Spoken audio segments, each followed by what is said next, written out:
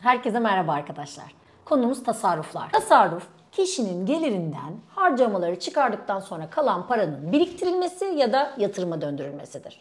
Genel anlamda tasarruf aslında gelecekteki ihtiyaçlarımız için bugünden birikim yapmayı ifade eder. Biz bu tasarruf işini bilinçli harcama planlarında nasıl yapıyorduk?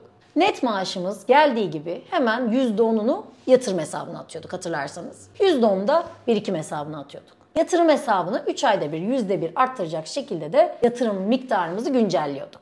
Aslında burada neden bunu yapıyoruz? Çünkü biliyoruz ki tasarruf bizim finansal şablonumuzun en önemli hedefi. Doğru tasarruf oranları, o doğru tasarruf oranlarını yatırıma çevirerek o paramızı amacımız büyütmek. Peki bunu neden yapıyoruz? İki temel sac ayağına dayanıyor bu. Birincisi aslında güvenlik. Biz ihtiyatlı olma ihtiyacımız var. Çünkü bizim gelecekteki finansal belirsizlikleri bilebilme şansımız yok. Bu sadece kişisel olarak parasal yokluk anlamında bunu söylemiyorum. Başımıza gelecek her türlü olayda bizim şimdiden önlem almamız lazım. Biz insanlar kenarda paramız olduğu zaman kendimizi daha güvende hissederek yaşarız. Başımıza bir iş geldiğinde o anda kimseden para istemek zorunda kalmamak en önemli ihtiyaçlarımızdan biridir. Bunun için de biz ne yaparız? Bugünden paramızın bir kısmını harcamak yerine onu birikime döndürürüz. O birikimlerle de o ihtiyaçlarımızı acil durumlarda karşılarız. Aynı şekilde yatırım için de bu geçerli. Bugün bile devletin bizlere sağladığı sigortacılık sistemi büyük borçlar altında eziliyor. Bugün bile emekli maaşları yeterince ihtiyaçlarımızı karşılamıyor. Baktığınızda bütün dünyada olduğu gibi ülkemizde de emeklilik sistemleri çok kötü durumdalar.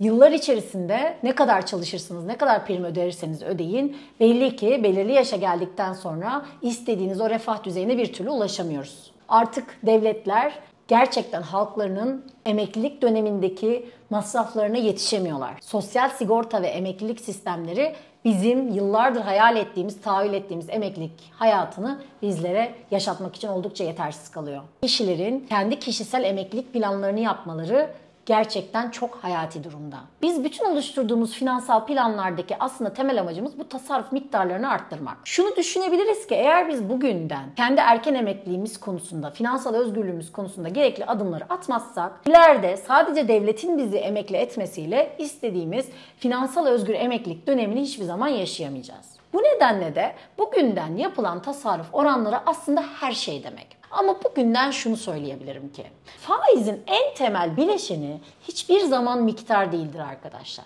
Faizin en temel bileşeni zamandır. O yüzden de tasarruftaki en önemli zaman şimdidir. Benimle konuşan tasarruf konusunda karşı karşıya geldiğim birçok danışanım var.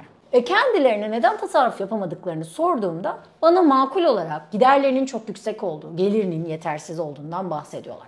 Çok söyleyebileceğim bir şey yok. Gerçekten Türkiye'de gelirler harcamalara göre ve fiyatlara göre oldukça düşük. Bu yüksek enflasyon sayesinde birikimlerimiz de gelirlerimiz de gün be gün alım gücü gittikçe düşüyor. Ve doğal olarak biz ne yapamıyoruz? Tasarruf yapamıyoruz. Ancak unutulmaması gereken en önemli nokta şu. Bizi bu kısır döngünün içinden kurtarabilecek şey yine de ve sadece yaptığımız tasarruflarımız. Çünkü şöyle düşünün, evet gelirimiz belirli bir yönde azalıyor olabilir, harcamalarımız artıyor olabilir ama bunun üzerine çıkacak bu gelirin azalış hızından daha yüksek bir şey varsa o da yatırımların artış hızı.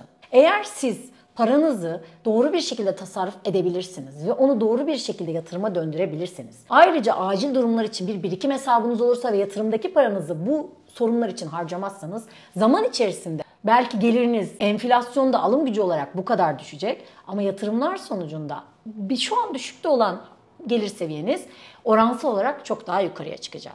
O yüzden de söylediğim tek bir şey var. Ne yapın ne edin. Var olan iş yerinizi kendi tasarruflarınızı arttıracak yönünde maksimize edin. Olmuyorsa kendinize ek gelir yaratın. Ama bugünden mutlaka tasarruf miktarınızı arttırmak zorundasınız. Birinci seçenek mutlaka harcamalarınızı azaltmak. Bilinçli harcama planlarını uyun. Harcamaları ihtiyaç ve istek olarak ayırın.